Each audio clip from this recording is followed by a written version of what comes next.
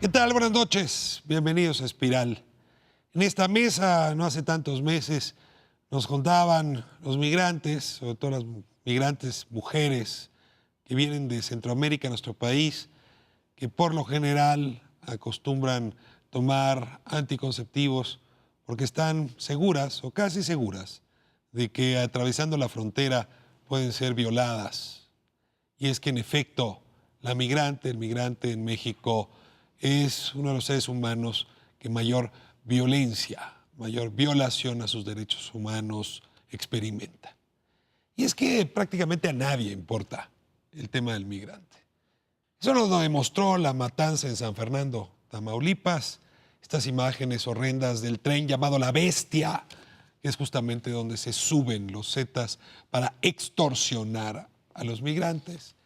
Y parece que es un tema que no se va a solucionar porque ni autoridades locales, ni federales, ni legisladores, ni organizaciones de la sociedad incluso les tiene con cuidado. Sin embargo, la Fundación Ford, que tiene ya 50 años en nuestro país y está festejando justamente esa fecha, le ha dedicado muchos recursos, mucha inversión para pensar el tema de los migrantes. A propósito de eso, organizó una mesa y nos invitó a la producción de Espiral, a su servidor, justamente a presenciar la discusión entre quienes han estado observando, pensando las soluciones para salvar los derechos humanos de los migrantes, sobre todo los migrantes centroamericanos que van en camino hacia los Estados Unidos. De eso se trata hoy Espiral, justamente a propósito de esa mesa redonda hemos hecho el programa. Comenzamos.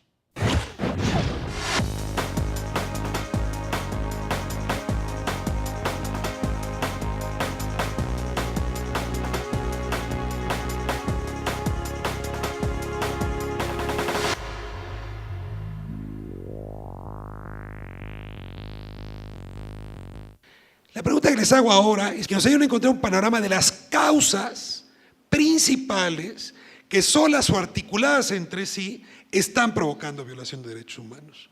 Quien quiera comenzar, empezamos con este tema, las causas que por sí solas o en conjunto están creciendo esta espiral de agresión contra las personas y sus derechos. Bueno, yo menciono rapidísimo dos. Uno es lo que mencioné en cuanto a la cantidad o número de autoridades participando en actos de verificación y control migratorio o de alguna forma participando en esos procesos. Y creo que con más autoridades en campo abre una ventana para más corrupción y es más difícil también vigilar esta situación. Y ligado a eso también es la continuación de la impunidad. Si tuviéramos más confianza en el sistema judicial, entonces también se podría ir cerrando, ¿no?, esas ventanas. Yo creo que el mensaje que están mandando los gobiernos en general, México como país de tránsito y los países de origen de la migración, es que el mensaje que le dan a los migrantes es: la migración tiene riesgos, que eso lo sabíamos desde antes de que se diera esta crisis humanitaria. El más probable es que te vas a morir en manos del crimen organizado o que te van a violar en el camino y nadie va a hacer nada. Nadie va a hacer absolutamente nada, ni nosotros, ni el país por el que vas a pasar, ni el país al que puedes llegar. Por el contrario, esto va a ser el costo que tú tienes que pagar, es probablemente tu vida. La invitación es a que no migres. El resultado obviamente es que la gente sigue migrando y la impunidad persiste. ¿Y cuál es la causa de la impunidad? Pues eso yo creo que es la pregunta del millón que escapa de este… Sí, porque hay una contradicción aparente. Más autoridades en campo, más leyes, más tecnología, más armas y al mismo tiempo mayor impunidad. Rita. Bueno, lo que estaban mencionando y me parecía muy importante era la aplicación de la ley. Si la aplicación de la ley lo hacemos sobre la base de un temor, de una amenaza, ¿cuáles son las evidencias reales de que la migración representa una amenaza? Creo que nos estamos moviendo en la aplicación de la ley en ese ámbito. Y luego nos contradecimos porque como países pedimos que se respeten los derechos de nuestros migrantes en otras latitudes. Y hablamos de la migración como una oportunidad. Entonces yo creo que debemos hacer más esfuerzos en ese sentido y tratar de aplicar nuestras leyes, y podría ser una de las soluciones, enmarcándolo en cabalmente que esas personas que emigran encuentren lo que han estado buscando, que es oportunidad, y sin lugar a dudas que la impunidad podamos combatirla a todo nivel. Luis. Bueno, creo que es crítico que veamos nosotros todo el ciclo de migración. En este momento nos estamos enfocando en la violación de los derechos humanos de los migrantes en tránsito, pero cuando vemos a estas personas que están dispuestas a subirse a esos trenes para cruzar hasta un futuro poco cierto, hay que preguntarse, bueno, ¿cuál es su situación en casa? Así que primero debemos de ver las políticas existentes. En primer lugar, nos estamos enfrentando a inequidades y desigualdades muy serias entre los países y dentro de los países. Debemos de ver las agendas de desarrollo, etcétera. ¿Por qué la gente está tomando estas decisiones, estos riesgos tan fuertes? ¿Por qué están enviando a sus hijos solos hacia una mejor vida, sabiendo el tipo de riesgos que están corriendo en el tránsito? Así que creo que primero debemos de ver esto.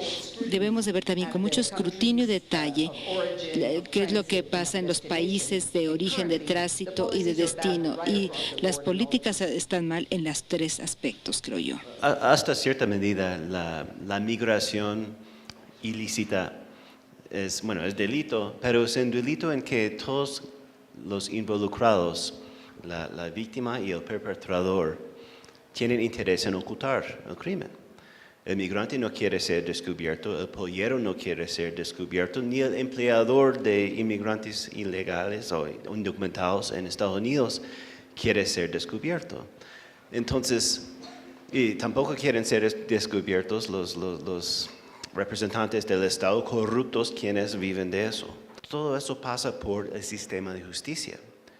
Para acabar con eso, se debe poder denunciar con seguridad, sin temor de amenaza, con protección. Esto depende de testigos, depende de fiscales quienes pueden hacer su trabajo, depende de jueces honestos quienes no sean castigados por ser honestos, que pueden procesar todas esas cosas. Y si pueden procesar esos crímenes, la probabilidad de verse castigado aumenta muchísimo, que entonces desincentiva esas prácticas.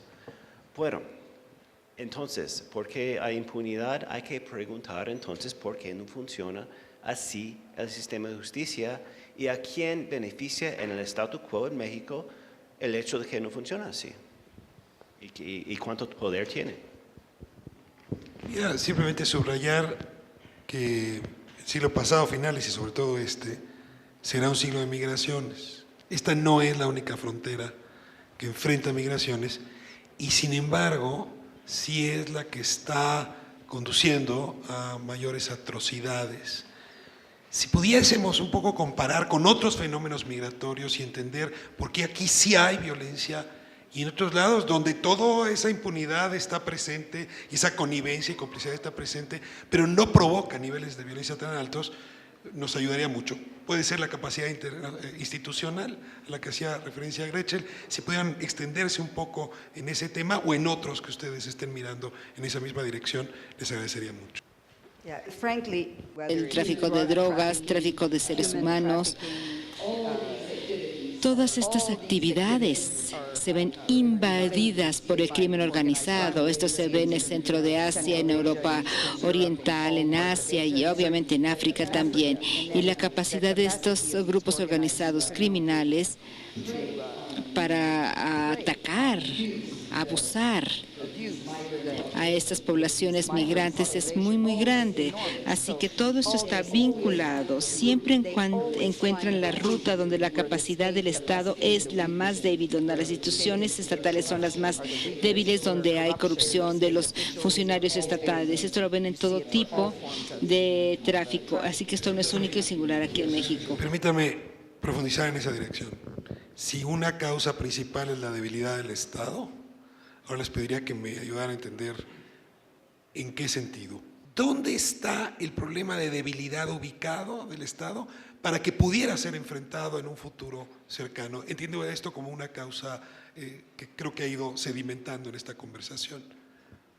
Adelante, Rita. Yo diría, por supuesto, la debilidad institucional. Después, derivada de esa debilidad institucional, pues hay también la penetración de parte del crimen organizado y luego la capacidad de enfrentarlo, y a eso debe sumarle que nos ha desbordado a todos, porque además el crimen organizado, en la forma que está operando en el tema particular de los migrantes, ya deja a un lado el tema de la droga para hacer las personas el lucro propiamente dicho.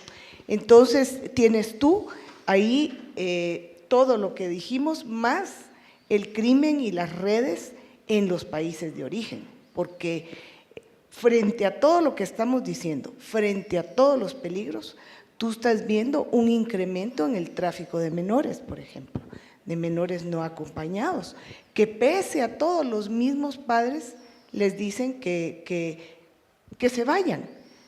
Hay una penetración grave y hay una gran debilidad de confrontarlo, nos desborda, y por eso tenemos que actuar de manera regional y tenemos que enfrentar esto como nos corresponde, ubicados en una posición geográfica. Estamos donde estamos, ¿no? A un paso de los Estados Unidos, y ahí es a donde las personas van a llegar, y hay un muro. Entonces esas son las situaciones reales que hay que enfrentar con este crimen. O sea, te habías pedido tú la palabra y aprovecho. El papel de los órganos defensores de derechos humanos con respecto al migrante, es decir, como órganos de control del Estado para reducir impunidad. Sí, yo creo que lo primero que tendría que pasar es que el Estado recupere su capacidad para reconocer el problema. Algo que hemos visto y que se dice por todos lados es que el Ejecutivo Federal en este país no ha reconocido el problema que se está viviendo, no lo reconoce como una crisis y creen que es algo como parte normal de la criminalidad. El tema del secuestro no es un problema que vengan los secuestradores y se los lleven, es que las autoridades en los 3 niveles de gobierno no investigan, ya sea por falta de corrupción o por temor a hacer lo que les toca hacer. Y por otro lado, como bien señalas, el rol del Poder Judicial y el rol de las comisiones públicas de derechos humanos también ha sido muy limitado. Por ejemplo, en el tema de la detención administrativa de migrantes, que es una detención claramente contraria a la Constitución y a obligaciones internacionales del Estado, no ha sido conocida por el Poder Judicial por los mismos tecnicismos que tiene el amparo. Aquí habrá gente mucho más calificada para poderlo explicar, pero es tan complicado acceder a este recurso que el Poder Judicial, en todos estos años que llevamos con lo que antes se denominaba aseguramiento y ahora alojamiento, no ha sido capaz de pronunciarse sobre ese asunto. Y los órganos autónomos tampoco han dicho que es una figura que es contraria a las violaciones de derechos humanos. Se pronuncia sobre las condiciones de la detención, pero nunca ha habido una recomendación que diga esta detención es inconstitucional y te recomiendo que liberes a los migrantes porque no reúne un test de ningún tipo.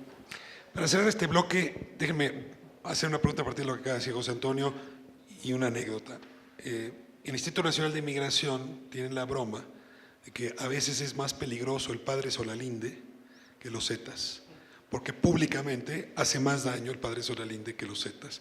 ¿Cómo hacer para que esas organizaciones de la sociedad, que son los que están llevando a tomar conciencia, se vuelvan aliados, digamos, y no esta necesidad de ocultar la realidad? No sé si alguien quiere abordar, nos queda 1 minuto para este primer bloque.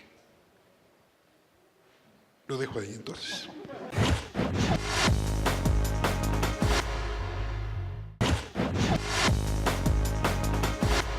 Pasamos a la siguiente pregunta amplia.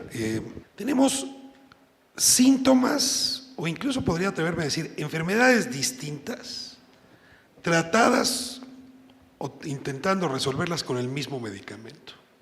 Es decir, de un lado, en efecto, está la migración, del otro lado está el tráfico de drogas, del otro lado está el miedo del contagio en Estados Unidos con respecto al crimen en México que pueda y tenemos el terrorismo.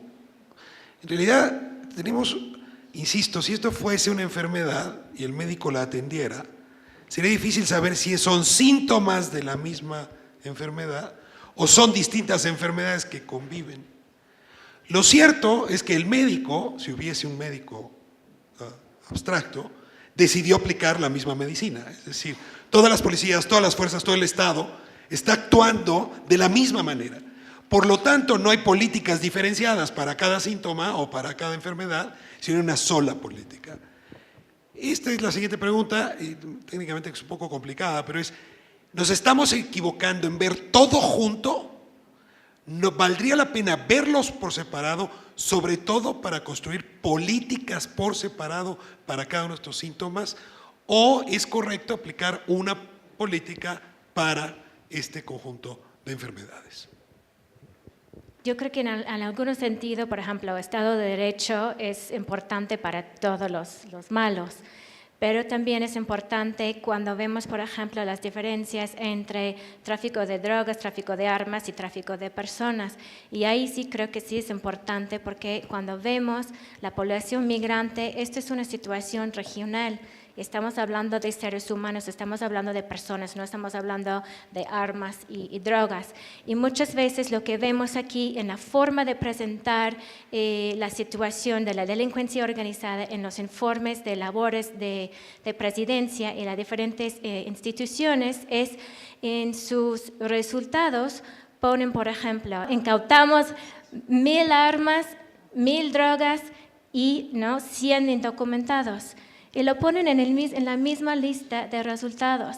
Nadie, o sea, no están en estos resultados, el hecho de que son seres humanos, estas son personas que tienen derecho a debido proceso, comunicación, protección consular, que tienen familias.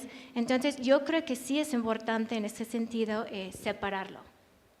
Sí, en la misma línea, visto desde la escalada de seguridad en Estados Unidos, lo que pasa entre los cruces de frontera, bueno, la patrulla fronteriza, bueno, los mismos de la Guardia Nacional tienen sus puestos, los drones están volando, buscando ante todo, tienen tanto presupuesto ante todo por protegerse ante la amenaza del terrorismo.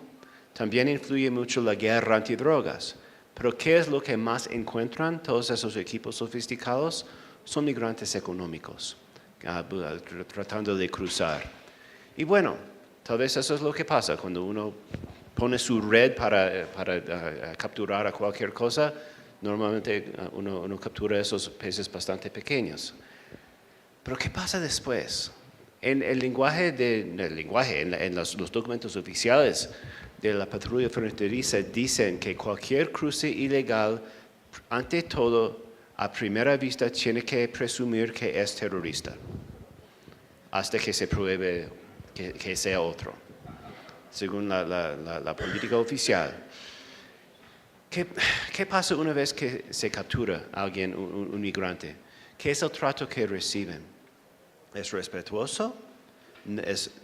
¿Es burocrático sin abuso? ¿Es cómodo? ¿Es normal? No, son tratados como delincuentes peligrosos. Las encuestas que hemos visto del EMIF, de COLEF o del grupo No More Deaths en Arizona, nos cuentan que por lo menos 10% de los migrantes capturados reciben algún tipo de maltrato, robo de posesiones. La separación de familias ha incrementado bastante durante el mismo gobierno de Barack Obama. Se usan posiciones incómodas, frío, calor, falta de poder dormir, falta de agua, falta de comida. Son tratados de la misma manera que si fueran gente peligrosa. Y es ahí, bueno, poner la red, están nada más cumpliendo la ley, pero ¿qué pasa después de la captura? Es lo que más preocupa a mí.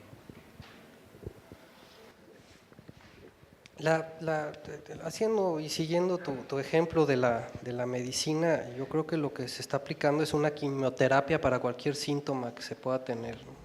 Entonces sí hay que distinguir entre los diferentes síntomas. La migración indocumentada no es un problema. no es una enfermedad. Los flujos migratorios son mixtos, dentro de ellos hay personas que huyen de sus lugares de origen por persecución política, por diferentes motivos, por conflicto armado, por catástrofes naturales, por todas las razones que pueda haber.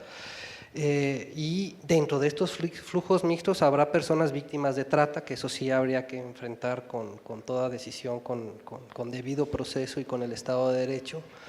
Y el tráfico de drogas es otro problema que también habría que ver con matices. Hay discusiones sobre la legalización de la producción, comercialización, consumo, tráfico, etcétera, etcétera, de drogas. Entonces, pues tampoco verlo como si fuera el demonio mismo pasando por las fronteras, ¿no? Y luego el terrorismo, que sí es un grave problema, pero no entra con la migración indocumentada. No hay datos que nos permitan suponer que dentro de la migración en la frontera sur estén pasando migrantes terroristas. En los años 40 con la operación Wetback, espalda mojada, lo que se buscaba también era evitar la infiltración del comunismo internacional a través de la frontera sur. Entonces, yo sí creo que se pueden hacer y se deben de hacer políticas diferenciadas para el tratamiento de la migración, del tráfico de drogas, de la trata de personas y por supuesto que la fuerza bruta, y me refiero al uso de las Fuerzas Armadas en la aplicación de la ley, no ha dado ningún resultado positivo ni en México ni en ningún otro país. No entiendo cómo pueden seguir pensando que pueden resolver algo o disuadir alguna conducta las Fuerzas Armadas. Can I just say a few things? Of course. Well, we, first of all, the war on drugs and the war on terror. La guerra contra el terrorismo y las drogas utilizan esta terminología que he aceptado ya como métodos también de represión y que pienso que no siempre son adecuados. Como ejemplo, las drogas no tienen derechos, los terroristas tienen derechos porque son personas. En primer lugar, primero se les presume inocentes, se le tiene que determinar que son terroristas, tampoco tendrán una ejecución sumaria y creo que, bueno, tienen el derecho a no tener tortura. Algunos estarán en desacuerdo, pero no hemos escuchado de la guerra contra los migrantes. Espero que ni siquiera exista la sugerencia de que nos moveremos en esa dirección. I just want to flag. Hay un debate que se está haciendo ahora, por ejemplo, en donde originalmente nosotros vemos que se estaban utilizando también métodos o instrumentos para hacer una vigilancia. Así es que ahora vemos estos aviones no tripulados. Ahora tenemos una aplicación de la luz militarizada también, lo cual conduce al uso de este tipo de tecnología. Probablemente para el gran problema de las drogas, para el gran problema de las armas, para el gran problema de la migración, hay una palabra que se ha convertido en la solución fácil: prohibición. Si se opone la prohibición, se resuelve, por lo menos en el discurso, el gran problema. Y sin embargo, la prohibición ha resultado ser parte del problema. Tendríamos que mantener regímenes de fuerte prohibición para geografías donde la migración no va a ser más que seguir ocurriendo e incrementarse por momentos. No es un equívoco grave mantener una legislación e instituciones basadas en el prohibicionismo con respecto a la migración, y quizá no sería necesario si el siglo XXI transitar hacia otra manera de regular la migración. Pues yo creo que por supuesto que es necesario, sí. Y no solamente eso, sino que pues en el tema de la migración en México, el tema que estamos hablando hoy, es un tema regional completamente. O sea, no es un secreto que aproximadamente el 95% de las personas en tránsito a través de México vienen de 3 países. Y vienen de esos 3 países por razones históricas, sociales, que tienen que ver con la economía de la región de Canadá hasta Honduras y El Salvador. Entonces, yo creo que absolutamente hay que ver, ¿no?, la situación que tenemos enfrente y empezar a construir formas de tener una migración regular, que creo que hay muchas opciones y algunos estudios que ya se están realizando para ver el impacto de lo mismo, pero también es necesario que Estados Unidos, ¿no?, que tenga una política que también reconozca esta situación regional. Yeah, I just Quisiera comentar también que es muy importante recordarnos constantemente que la prosperidad en este continente, pero yo pienso que también en todo el mundo, las prosperidades de los países que ahorita son los más ricos se han construido sobre la contribución de los inmigrantes y su riqueza cultural y su diversidad, igual que a veces olvidamos convenientemente, y en épocas contemporáneas vemos también las remesas. Primero, hay muchos inmigrantes que pagan impuestos en los países en donde residen, en su país destino, son ciudadanos que contribuyen al bienestar económico de ese país y a través de sus remesas alivian muchísimo la carga del lugar de origen, es decir, o del norte, y también en parte evaden su responsabilidad. Entonces, la contribución de la migración en su conjunto podemos ver que es de sobremanera positivo y que se está centrando en los aspectos pequeños que se ven de forma negativa, y es algo que se encuentra totalmente fuera de lugar. En las discusiones de la ley de migración del año pasado en el Congreso y del reglamento que llevan ya cuántos meses de retraso el Ejecutivo Federal en sacarlo y sin consulta con las partes relevantes, se ha discutido sobre la necesidad de otorgar un permiso temporal o una visa a las personas migrantes en tránsito por territorio mexicano, particularmente de Guatemala, Honduras y El Salvador. Algunos creemos que debiera ser a toda América Latina, pero se está discutiendo sobre estos 3 países. La respuesta ha sido contundente por parte del Ejecutivo, que no tienen ninguna disposición para hacerlo, pero esa puede ser una muy buena solución.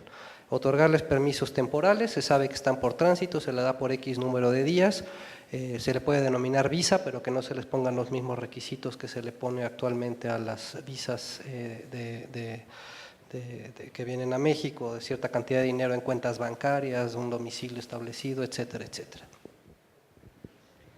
Sí, me parece que Madame Harbour trae a colación lo que habíamos dicho, de recordar siempre los efectos positivos de la migración. Y luego lo que decía Gretchen, que sí tenemos que hacer los mayores esfuerzos por fomentar la migración documentada, la migración para permisos temporales de trabajo. Nosotros como guatemaltecos, por ejemplo, queremos que el pase de visitante local se extienda a todos los departamentos de la República. En fin, ir fomentando eso. Tenemos 8 pasos formales y 52 informales. O sea que no permitir que las personas entren y sobre todo facilitarles el ingreso, porque hay un intercambio comercial, cultural, tan natural entre los países, que eso es lo que debemos fomentar, ¿verdad? Entonces yo ahí lo dejaría coincidiendo con quienes me han antecedido.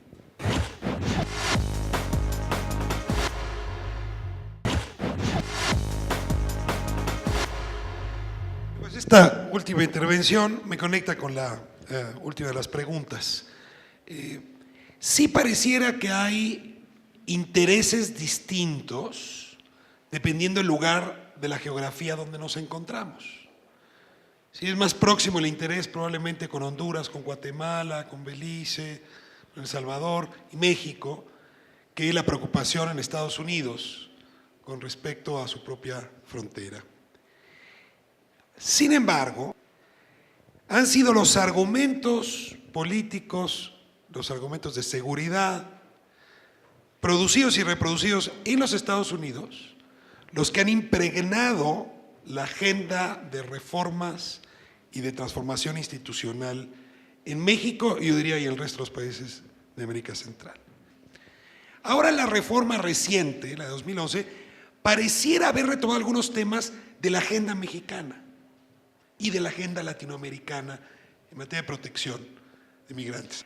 ¿Cabe la posibilidad de que México y América Central tengan una política propia y distinta y distinguible de la política de Estados Unidos, o seguiremos construyendo una política reactiva frente a lo que allá se va produciendo? Mi respuesta puede sonar un poco dura.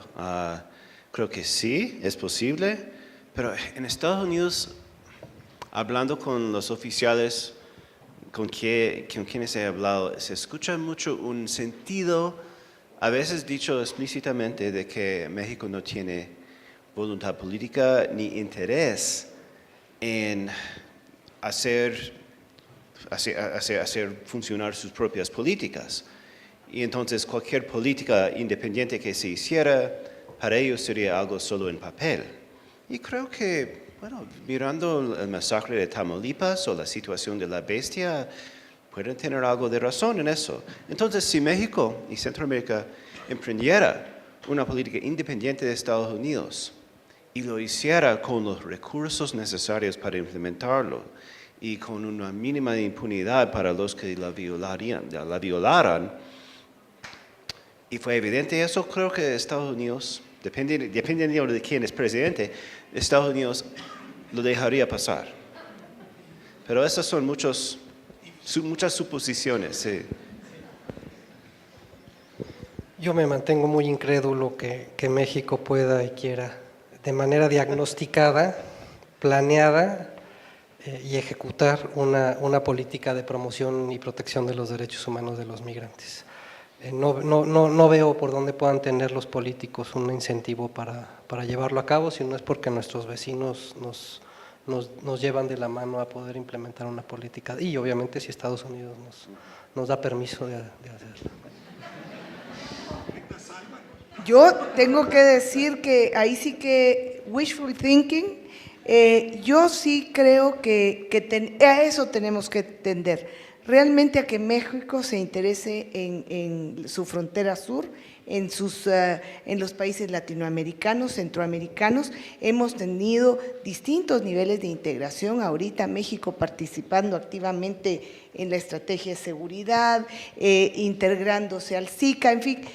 Yo quisiera creer que en vista de la situación inclusive que vive los Estados Unidos desde el punto de vista económico, yo quisiera que México se diera cuenta que es en realidad el gran país de la oportunidad y que vea a los países centroamericanos como sus aliados.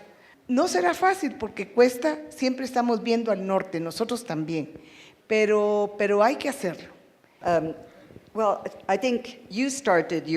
Creo que tú empezaste tus comentarios iniciales al hacer una observación de que la migración se basa en la interdependencia.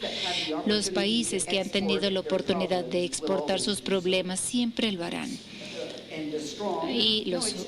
Bueno, creo que es cierto. Si es más fácil exportar sus problemas, por ejemplo, al pasar la carga de la aplicación de la ley a alguien más, pues realmente es una solución muy atractiva.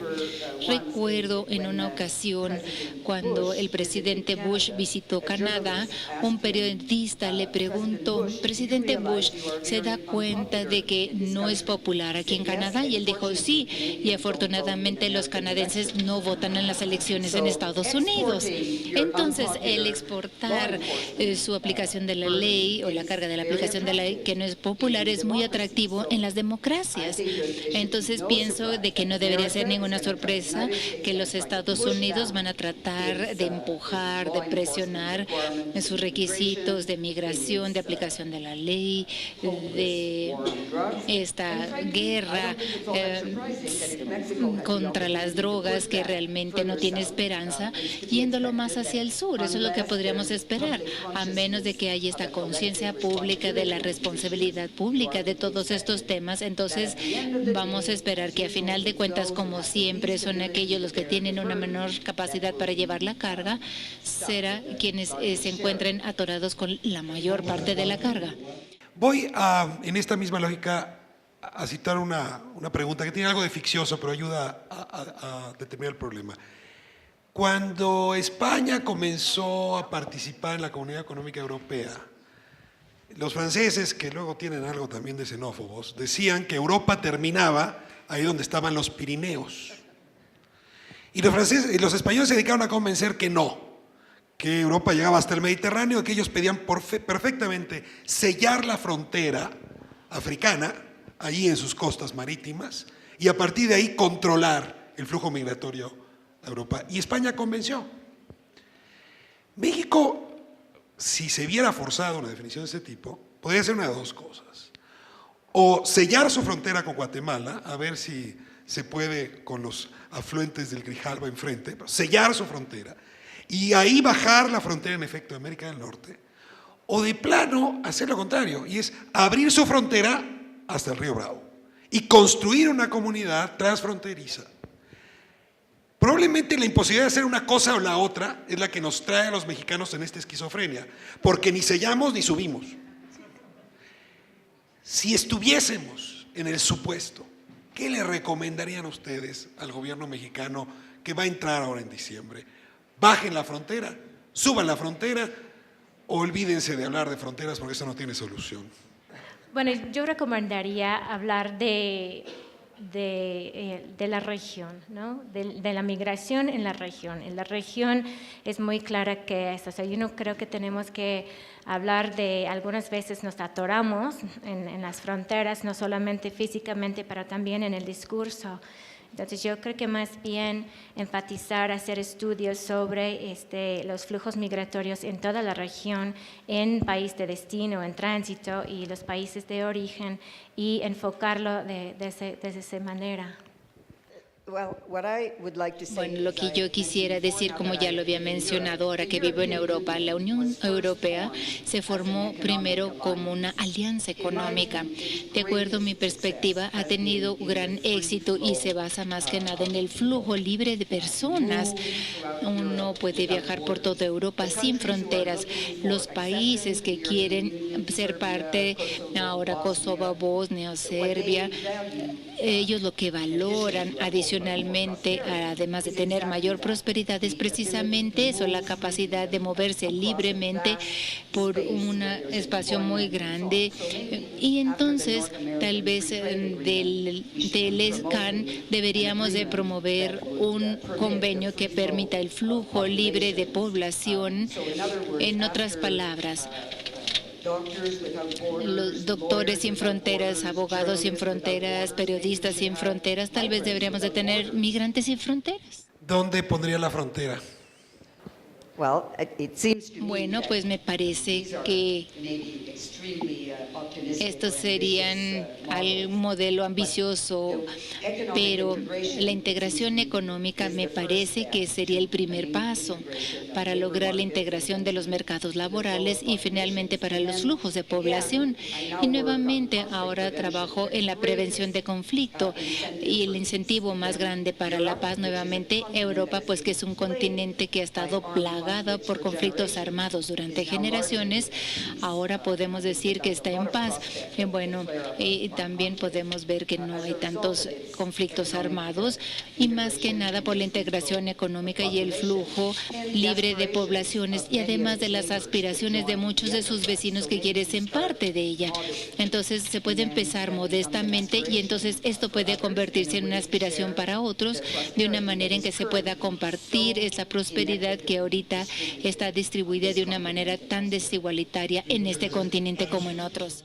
Luis, muchas gracias. Para alusiones personales, Rita, ¿algún comentario?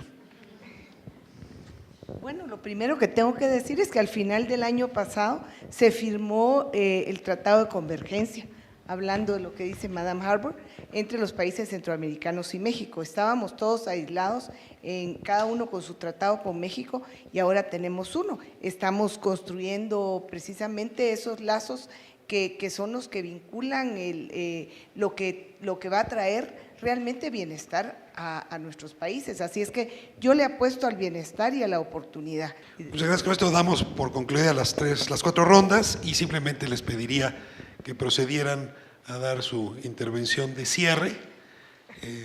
Tienen hasta 3 minutos. Si quieren usar menos, está bien, no más. Gretchen, comenzamos con usted. Bueno, si estamos viendo un poco hacia el futuro, yo creo que sí es importante seguir con estos esfuerzos de tener más evidencias sobre lo que podría pasar realmente si implementamos algún tipo de canales, mecanismos de la migración regular.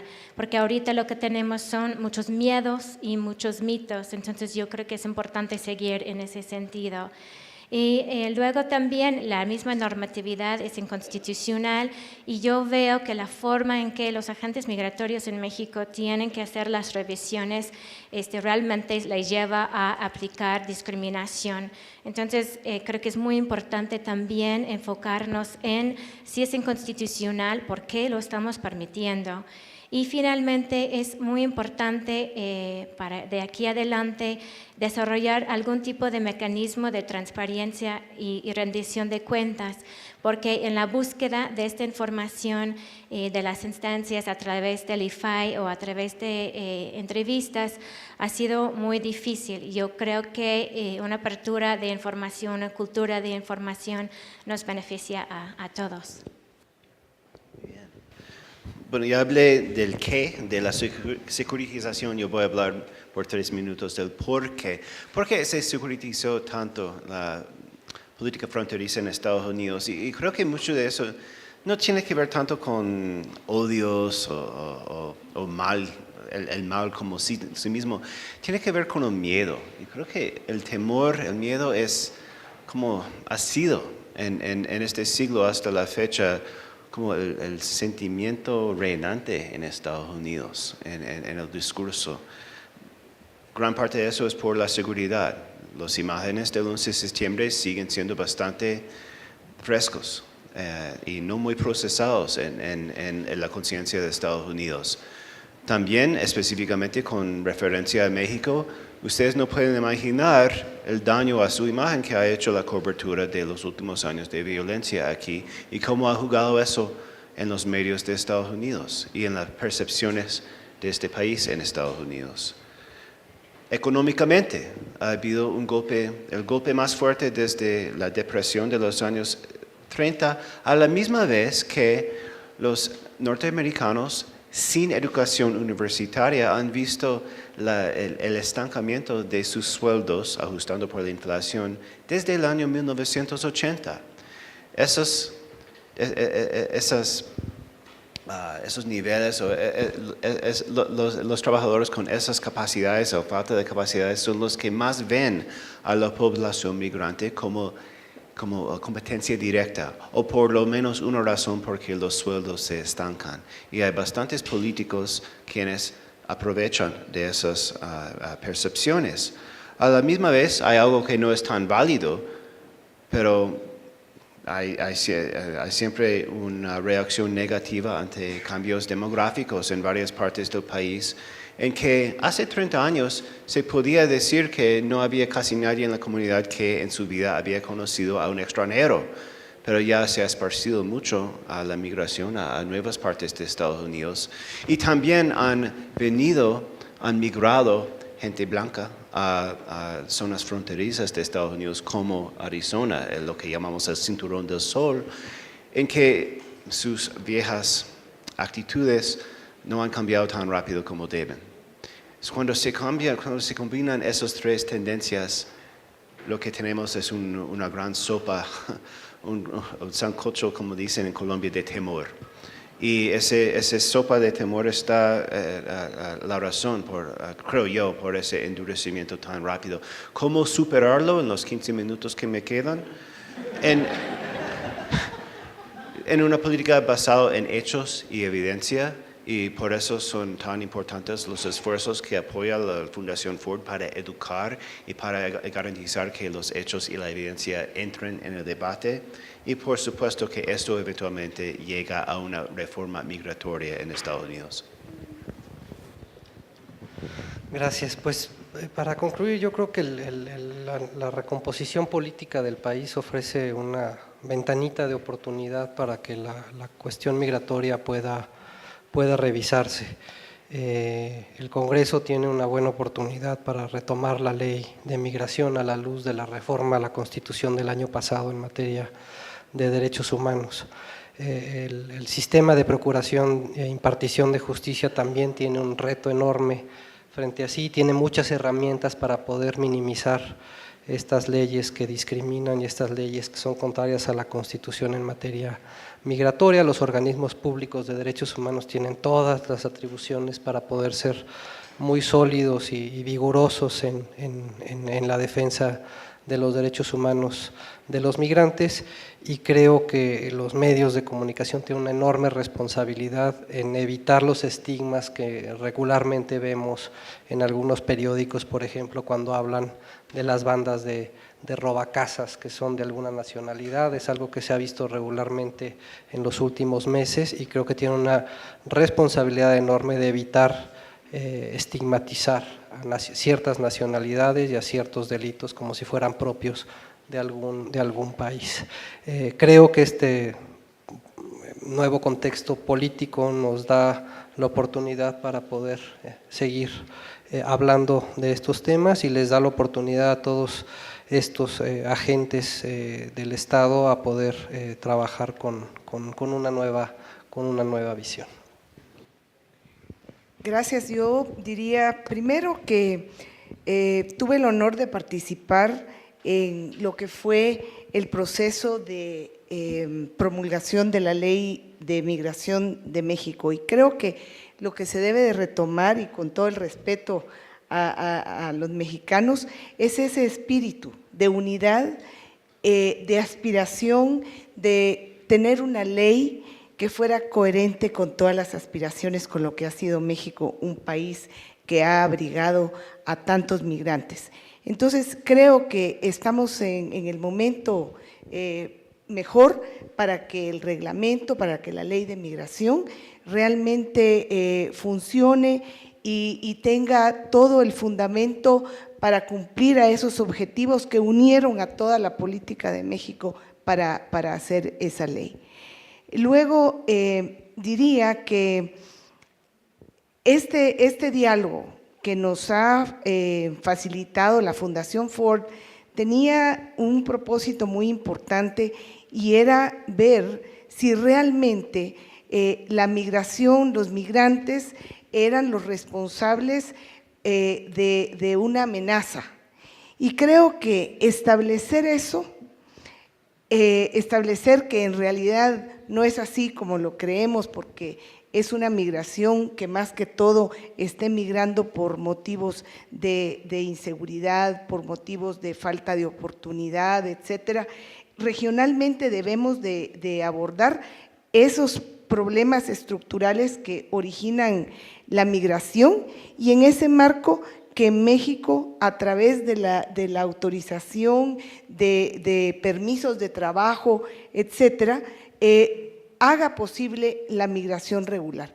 Creo que esa es la gran oportunidad, y este diálogo abierto va a poder determinar que las causas de la migración no son motivo de una amenaza. Thank you. I'll be very brief. Until we have hasta que tengamos más luz, mejores políticas de migración en este continente y en otras partes para facilitar por ciudadanos legales que tienen el derecho de mantener a sus familias. Hasta que lleguemos a este punto, el desafío es darle alguna protección a aquellos que tienen que hacerlo de manera ilegal o de manera indocumentada, y resistir los esfuerzos de algunos de convencernos a todos que todos son delincuentes y que tienen que ser tratados como tal. La conversación y la plática del día de hoy creo que es el testimonio del compromiso que existe en este país de resistirse fuertemente a esta presión de criminalizar a la gente, que ya suficientemente son víctimas. Así que realmente quisiera felicitar no únicamente a la Fundación Ford, sino a la gente de este país, en la sociedad civil, en el gobierno. Creo que también hay mucha gente que cree fuertemente que existe la necesidad de tener un mejor marco para la migración. Y es un placer el haber tenido esta participación. Nos quedamos con un mensaje bastante fuerte. Muchas gracias, Luis. Muchas gracias, Rita. Muchas gracias, José Antonio, Adam, Gretchen. Gracias a ustedes por habernos permitido esta conversación. Pues así está el tema de la migración a nuestro país, la violación de derechos humanos y la dificultad para enfrentarlo.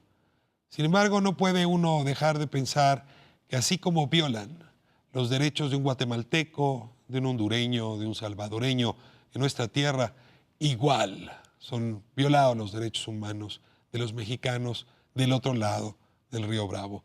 Si queremos mejor trato allá, necesitamos ofrecer mejor trato aquí, en nuestro país. Nos vemos próximo miércoles, 9:30, 11 TV México. Muchas gracias por habernos permitido entrar a sus hogares.